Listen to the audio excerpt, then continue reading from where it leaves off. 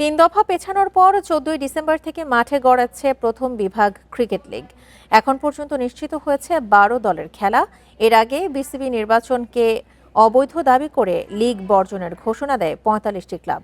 বাকি যেসব ক্লাব অংশ নেবে না তাদের বিরুদ্ধে বাইলজ অনুযায়ী ব্যবস্থা নেবে সিসিডিএম। তবে ক্রিকেটারদের স্বার্থে সব ক্লাবের অংশ নেয়ার আশা ছাড়ছে না বিসিবি, কারণ লিগে না খেলার বিষয়ে বোর্ডকে আনুষ্ঠানিকভাবে জানায়নি কোনো ক্লাব।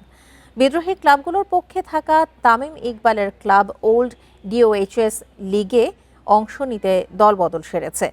ক্লাবটির এমন সিদ্ধান্তে সন্তোষ জানিয়েছে বোর্ড। তবে সকল ক্লাব অংশ না নিলে বিকল্প পরিকল্পনার কথা জানান সহ সভাপতি ফারুক আহমেদ।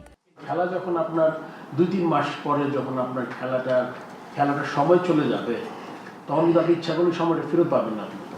আমার মনে খেলার মাঠে গড়াতে হবে, যেটা ক্রিকেটের স্বার্থে, প্লেয়ারদের স্বার্থে, এটা আমি মনে করি। আর বাকি যে জিনিসগুলো আছে এগুলো অন্যভাবে কথা বলা যেতে পারে যদি কিছু থেকে থাকে। এটা আমি মনে করি এর সাথে মিলানোর কোনো কারণ নেই।